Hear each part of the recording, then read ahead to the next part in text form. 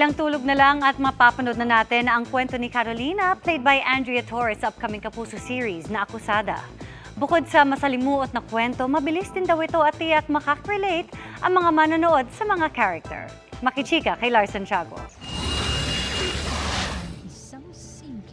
Isang simpleng babae na nagulo ang buhay dahil napagbintangan sa isang matinding krimen. At isang lalaking nagulantang nang malamang ang babaeng kanyang pinakasalan ang pumatay pala sa kanyang first wife.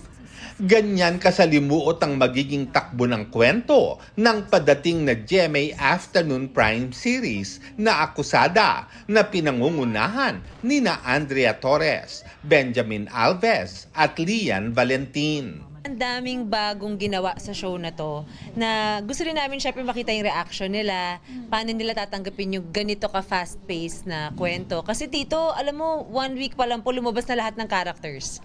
Sobrang komportable na raw sila sa pagganap sa kanya-kanyang karakter na tiyak makaka-relate raw ang audience. Yun po yata maganda sa storya namin. The audience knows more than the characters themselves. So, alam mo kung sino, malalaman niyo po kung ano yung mangyayari kay Ada. Mas may alam yung audience kaysa dun sa characters. My character has yet to find out sa week na ginagawa namin. Ipinagmamalaki rin ni Andrea na lahat sila ay naging bahagi para mapaganda pa ang serye. Ang sarap Tito kasi tulungan kaming lahat. As in, pag nag-aaral kami ng script or may nabasa kaming eksena ng isa na nakita namin, super bigat. Parang nagbibigay kami ng opinion para mas mapaganda yung eksena. Tapos, as in, talaga, collaboration talaga siya. Sa June 30, mapapanood ang Akusada sa GMA Afternoon Prime.